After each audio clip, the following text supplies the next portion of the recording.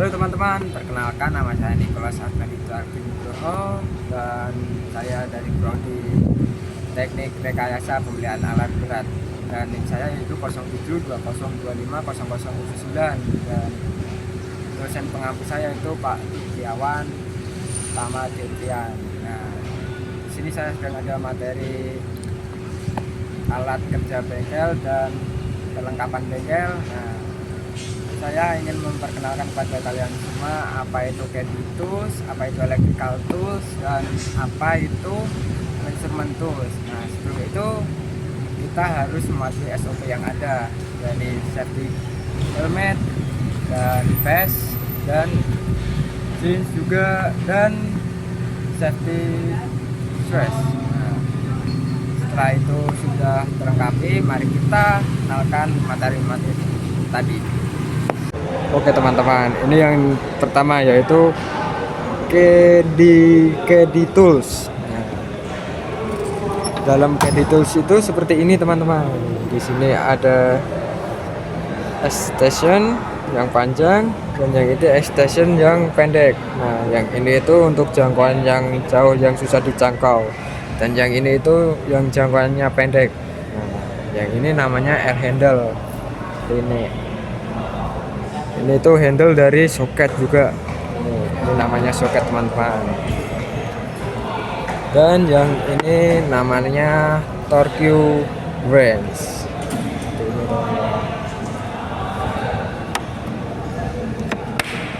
Nah, ini namanya crossbar. Crossbar ini biasanya untuk mengganjal gitu teman-teman, untuk menahan di mesin gitu.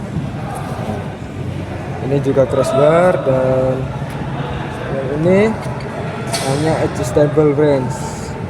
Ini bisa diukur sesuai nutnya teman-teman.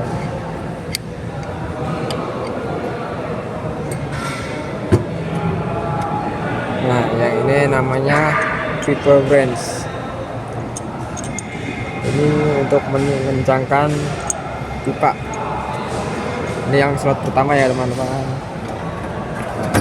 Ini slot kedua teman-teman.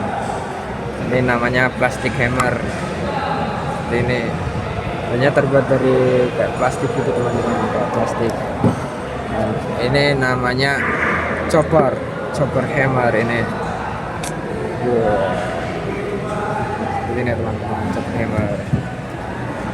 Dan ini rubber hammer. Seperti karet teman-teman, banyak.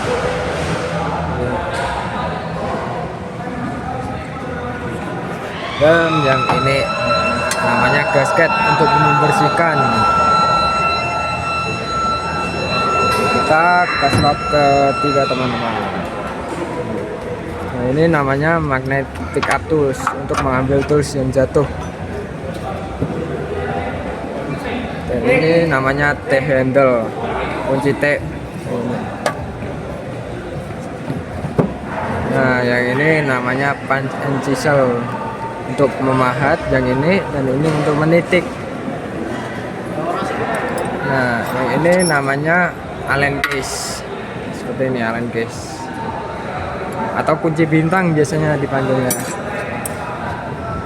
Dan ini namanya sliding T-bar.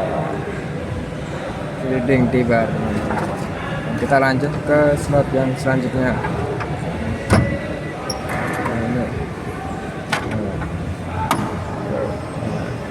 Pertama ini juga sama tadi seperti yang atas tadi, namanya Allen case. Ini sama teman-teman, kayak ini bedanya, ini namanya torque case,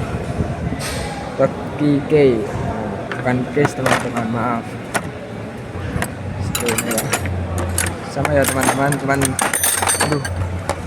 bedanya di ini beda. Kalau yang Allen case yang sebetulnya. Nah, ini namanya combination wrench. Ini combination wrench.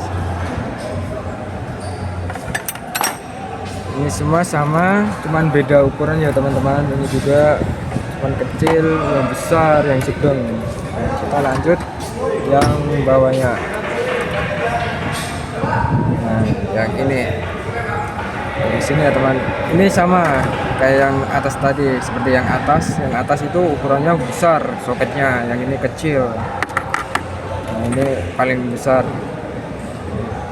yang di sini, yang dari bukan dari L-handle tapi dari sliding T-bar.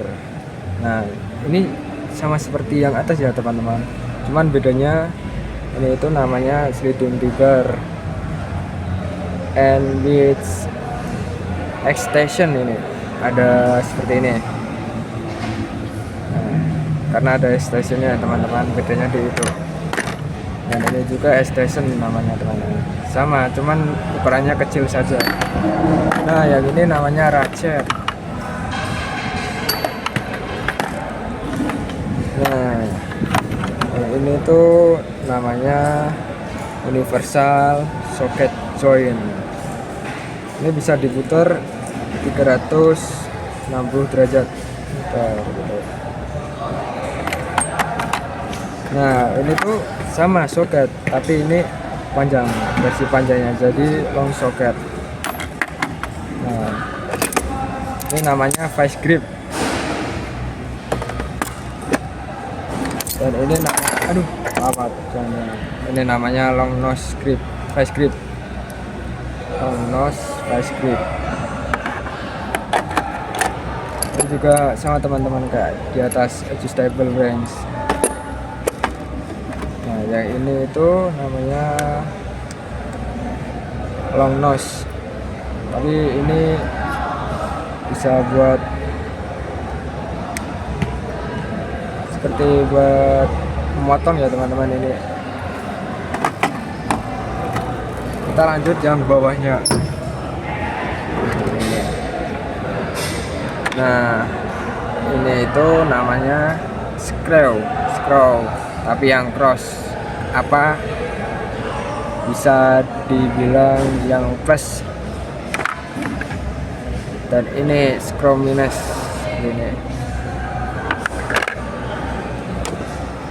Ini namanya cutting planer. Maaf teman-teman, namanya cutting plier buat memotong.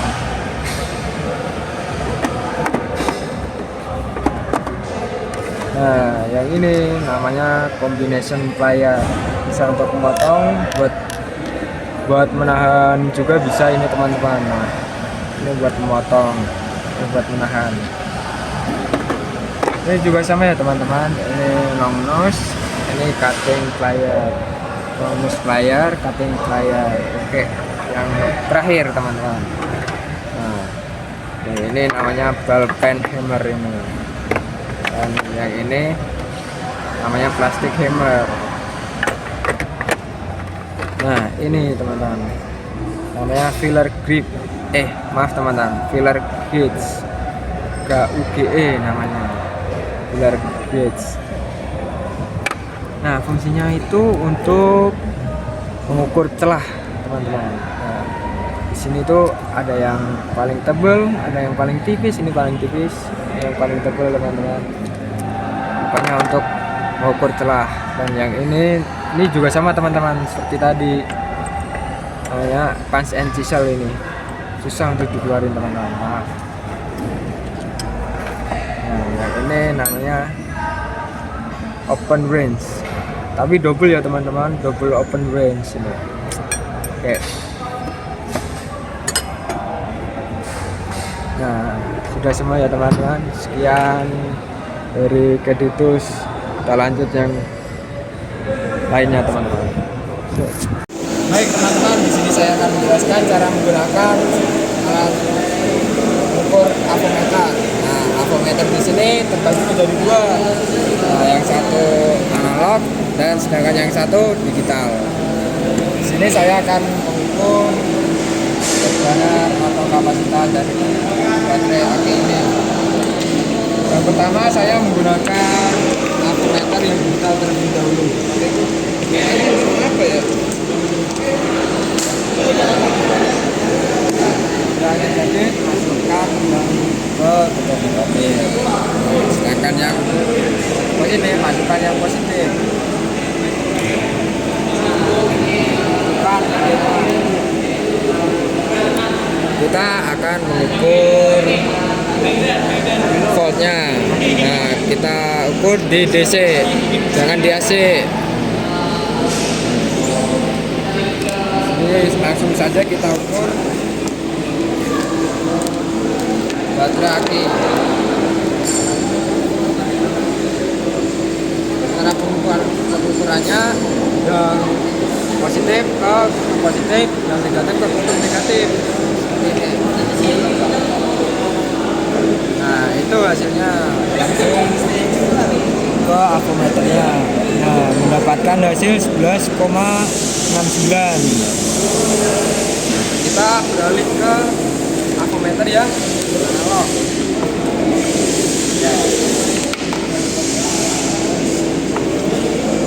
Sama cara pemakaiannya, yang positif ke positif, yang negatif ke negatif.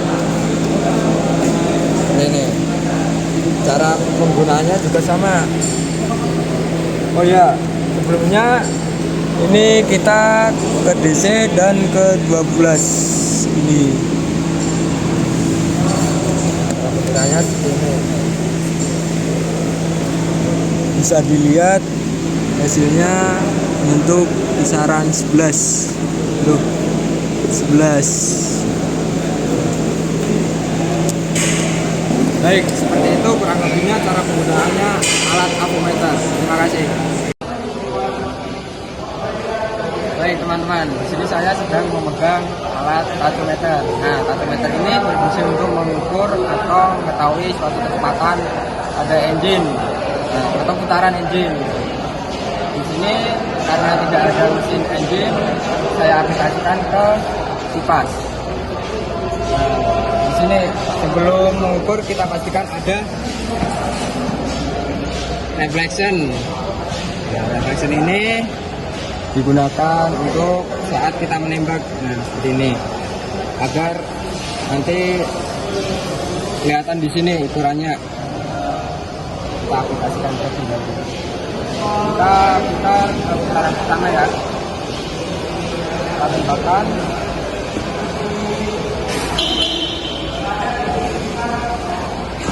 Ya, putaran pertama saya mendapatkan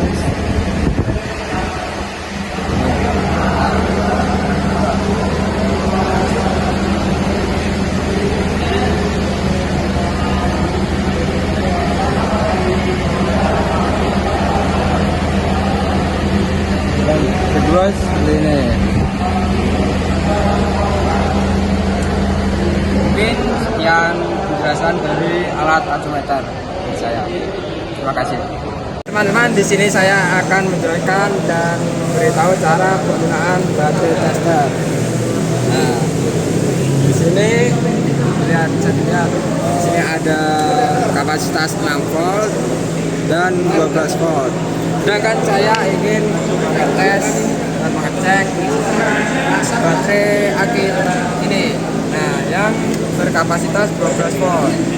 Nah, ya, seperti yang saya bilang tadi, kalau di sini saya mengecek aki yang bertegangan 12 volt, ya, di sini bisa nanti jarum ini bisa menunjukkan ke jarum yang 12 volt.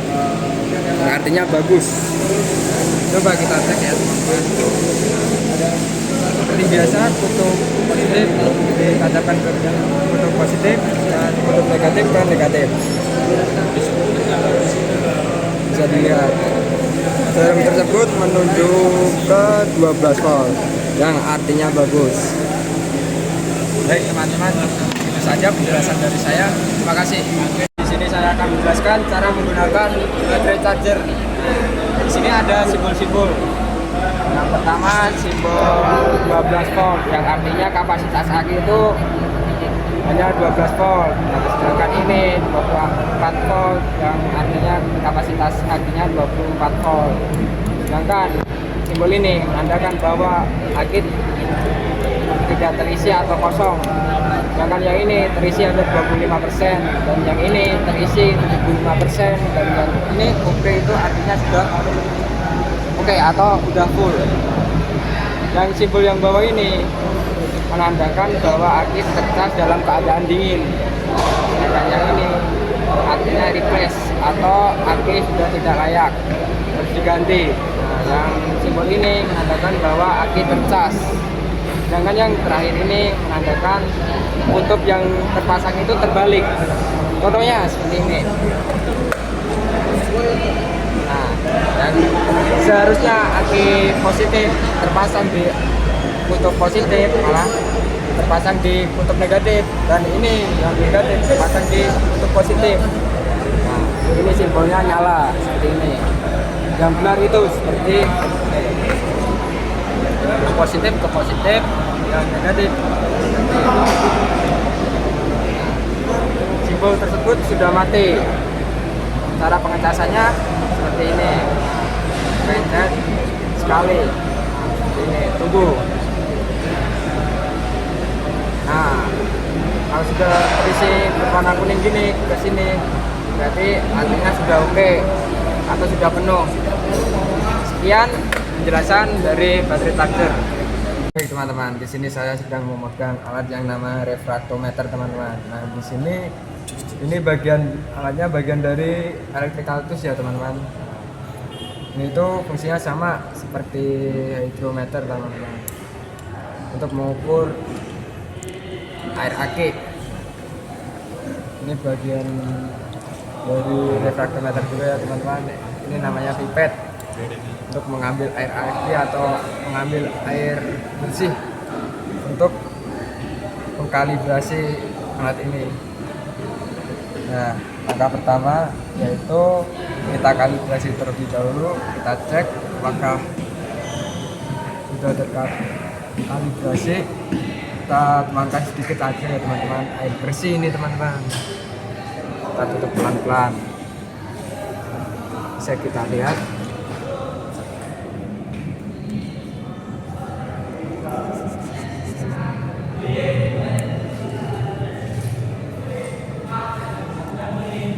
Nah, terlihat sudah terkalibrasi ya teman-teman. Kita bersihkan.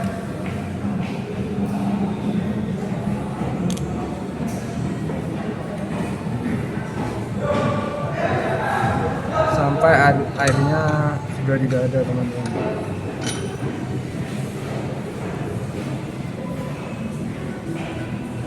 Langkah selanjutnya kita ambil air akinya untuk dicek. Kita ambil sedikit saja. Kita tuangkan hanya 2 tetes saja. Aduh, kelebihan 2 tetes ini. Kita tutup pelan-pelan ya. Nah, bisa kita cek. Selesai.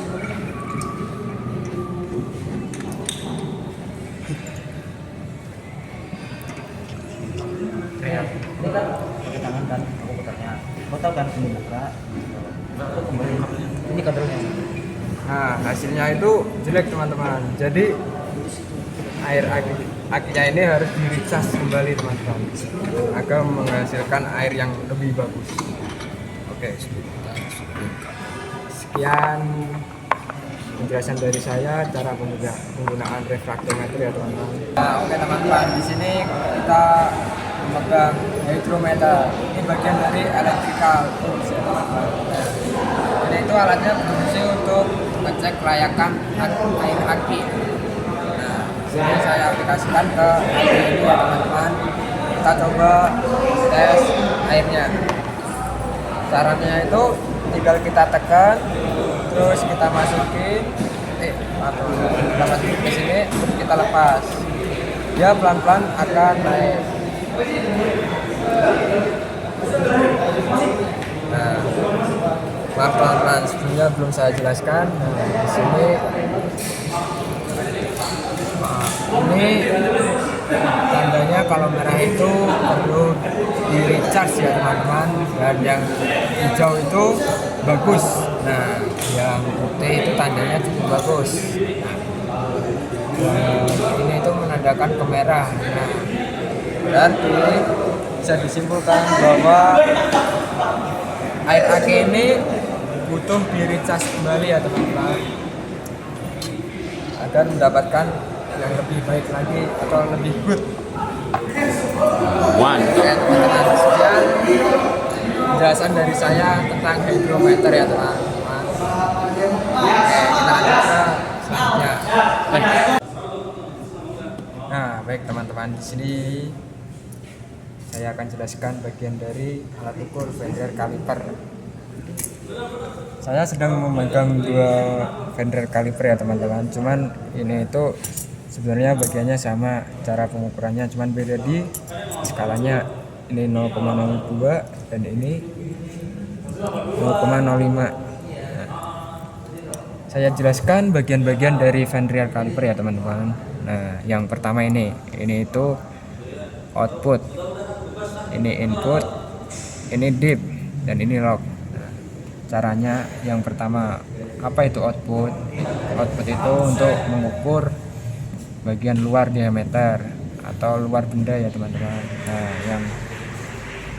yang input itu fungsinya untuk mengukur bagian dalam, dan yang lock fungsinya untuk mengelok setelah pengukuran biar tidak ribet gitu teman-teman, tidak pindah-pindah juga.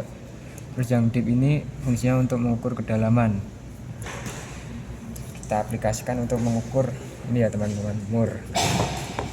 Yang pertama kita pakai yang 0,05 untuk mengukur diameter luar ya teman-teman. Sini saya mendapatkan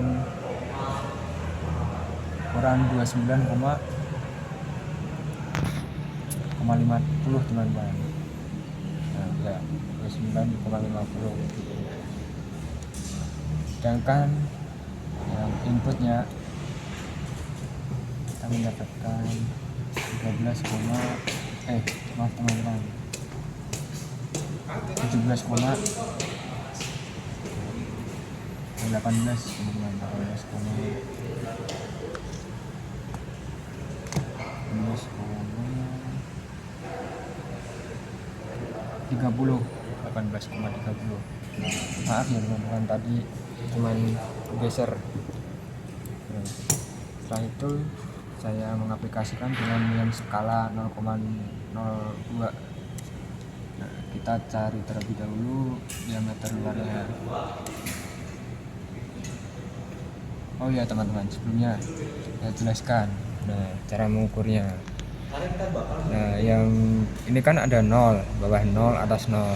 Nah, yang bagian kanan itu hasilnya itu genap, dan yang bagian kiri hasilnya itu ganjil. Lebihnya seperti itu teman-teman. Kita cari tahu dulu diameter luarnya. Di sini di skala utama kita mendapatkan ukuran 29 ya teman-teman, 29,3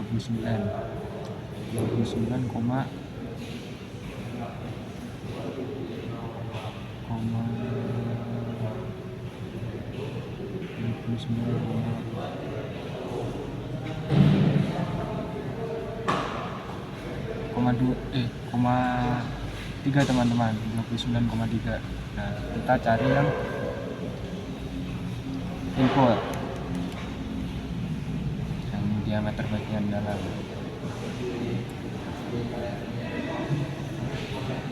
Nah, di skala utama kita mendapatkan 18. Nah, skala non-iosnya bagian kanan ya teman-teman, jangan terbalik. Kalau kiri itu ganjil, kanan itu genap. Di bagian kanan dan mendapatkan ukuran 18,40.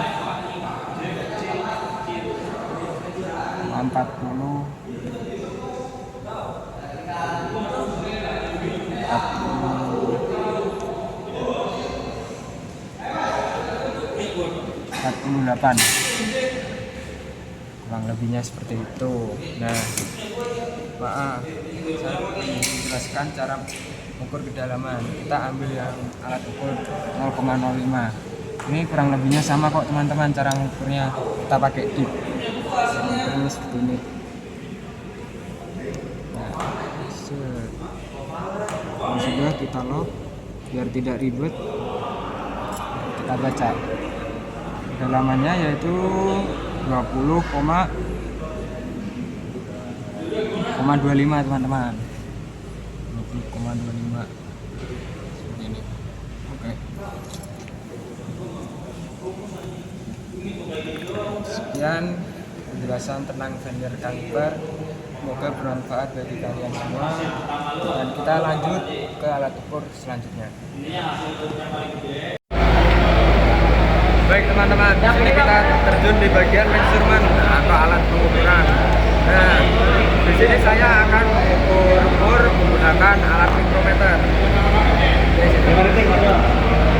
Sebelum memulai alat pengukuran, kita terlebih dahulu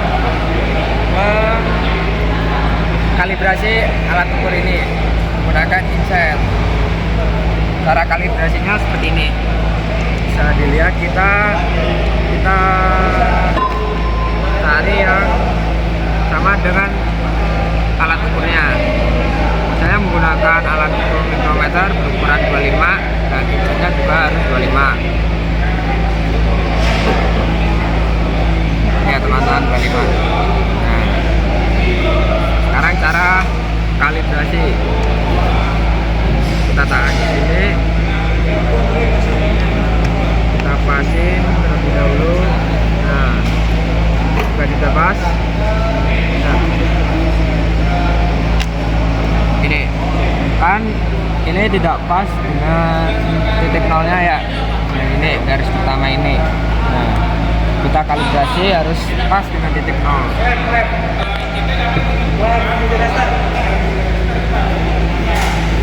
Nah, kita mengubah ini tadi menggunakan spanner.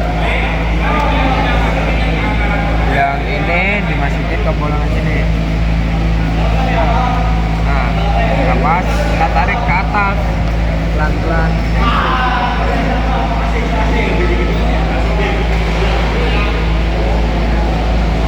Nah, ini sudah pas ke titik nol. Oke. Setelah itu tinggal kita copot terlebih dahulu dan mulai mengukur umur ini. Kita akan kendorkan pelan-pelan.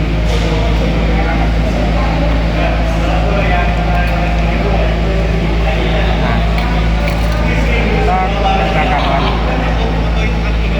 Kalau sudah kencang, kita jangan lupa majuin dikit-dikit untuk lebih mengencangkan ini umurnya. Cukup gitu saja. 1, 2, 3. Nah, itu kita kunci. Nah, setelah itu kita baca hasilnya. Di sini saya mendapatkan ukuran 29,41. Bisa dilihat.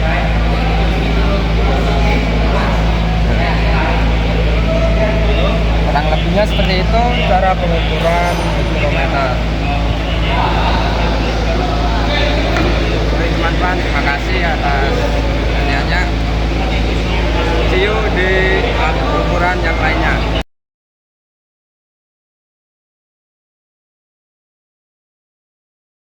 Oke teman-teman, sekarang kita lanjut di alat dial board gig ya teman-teman. Jadi fungsi alat ini itu buat mengukur si liner piston ini ya teman-teman. Nah, jadi dia buat mengukur keausan ya teman-teman dari sisi atas, tengah, dan bawah teman-teman. Oke. Nah, sebelum kita ukur, kita pastiin dulu ukuran si linernya itu pakai jangka sorong ini teman-teman. Kita buka dulu.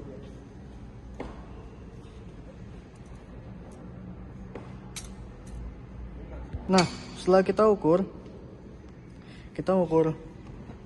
bagian linernya, kita hitung dulu.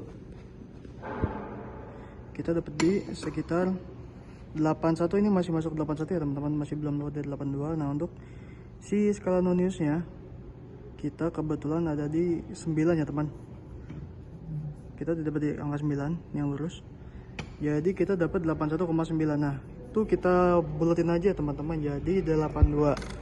Oke, sekarang kita nyeting ini, mengatur ini sampai ukuran dia 82 teman-teman. Nah, ini kan gak mungkin 82 ya. Nah, jadi kita membutuhkan attachment tambahannya teman-teman. Nah, ini attachment tambahannya. Nah, di sini kita ada washer dan teman-teman ya. Karena diisi ukurannya tadi 82, kita butuhkan 80 ya teman-teman. Karena ukurannya yang paling mendekat itu 80 teman-teman. Sisanya 85 dan seterusnya teman-teman. Nah, untuk menambahkannya lagi, kita perlu attachment yang lebih kecil lagi, washer yang lebih kecil teman-teman. Nah, kita membutuhkan attachment tambahannya teman-teman, yaitu ukuran 2 mm teman-teman, karena kita mengambilnya ukuran 80 dan 80 mm teman-teman, 2 dan 80 mm. Oke, sekarang kita setting dial bor gig ini pakai ini biar ukurannya 82 mm ya teman-teman. Oke, setelah kita setting, kita pasang beberapa attachmentnya tadi. Ini untuk memastikan ukurannya 82, kita ukur menggunakan mikrometer ini teman-teman. Kita pastikan dulu di skalanya itu 82 teman-teman. Ini 8 dan 2, berarti 82 ya teman-teman. Kita pastikan dulu. Oke, karena kita sudah memastikan ukurannya 82 dari si mikrometer ini, sekarang kita bakal ukur si linernya teman-teman. Permisi mas. Nah, cara ngukurnya, jadi untuk menentukan posisi X dan Y nya itu, untuk posisi X dia lurus seperti ini teman-teman, jadi dia menyamping. Nah, untuk posisi Y nya dia lurus teman-teman. Kodel kita lurus, berarti ke sana. Jadi ke sini X dan ke sini Y teman-teman. Oke, kita ukur dulu. Kan tadi kan saya ada bilang 3 ukuran ya teman-teman, yaitu top, middle, dan bottom ya teman-teman. Jadi 3 kali ukuran, dan X itu 3 kali ukuran, dan Y juga 3 kali ukuran. Jadi kita kira-kira 6 kali pengukuran ya teman-teman. Jadi cara mengukurnya seperti ini. Kita masukkan dulu, dan kita putar sampai angkanya berhenti atau balik lagi teman-teman.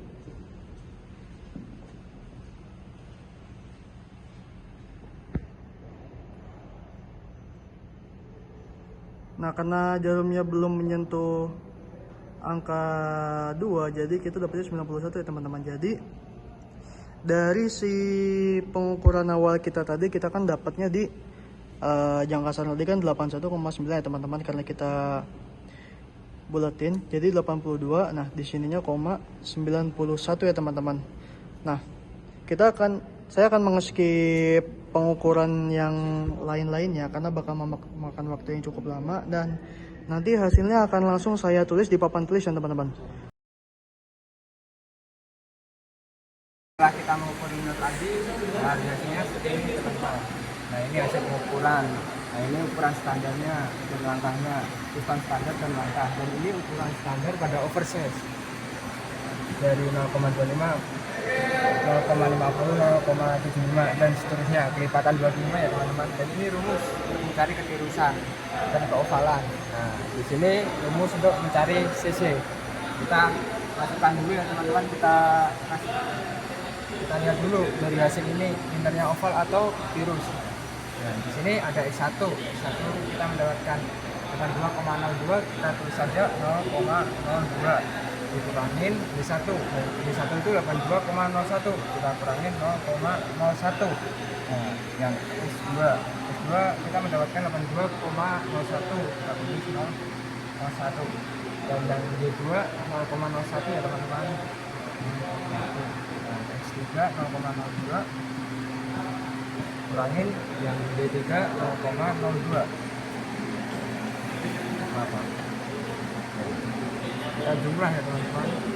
Ini hasilnya 0,01, sini 0,0 ya teman-teman, dan di sini 0 juga. Nah, jadi hasilnya itu cuman 0,01 di X1 D1. Jadi hasilnya mungkin seperti ini ya teman-teman. Ada sedikit ini.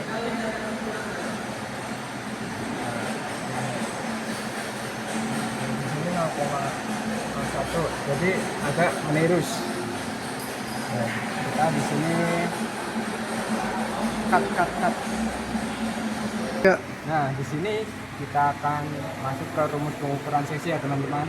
Nah, di sini karena kita mendapatkan 0,01 saja, kita ambil yang ukuran standar oversize ini yang paling kecil ya teman-teman, mendekati lah. Jika kalian mendapatkan 0,26, nah ambil yang 50 ya teman-teman. Karena kita mendapatkan 0,01 saja, kita ambil yang 0,25. Nah, rumusnya pi kali p kali p kali l. L itu langkah, P itu linear teman-teman. Kita langsung saja masukkan 5 kali 82 ya teman-teman, 2,25 dari ini, dan kali yang 2,253 kali langkahnya itu 84 teman-teman. Nah, kita langsung hitung saja hasilnya. Sebentar, saya hitung hasilnya ya teman-teman. 3. Nah, setelah saya hitung-hitung memakai kalkulator, dan hasilnya 44,6,008, atau bisa dibulatkan jadi 450 teman-teman. Oke, sekian dari perhitungan linear ini ya teman-teman, hasil pengukuran linear yang di sana. Mungkin bermanfaat buat kalian, semoga bermanfaat ya teman-teman. Dan terima kasih. Materi yang bisa saya sampaikan di video kali ini, semoga bermanfaat bagi kalian semua. Maaf bila ada kata-kata yang kurang menyenangkan bagi kalian semua. Terima kasih.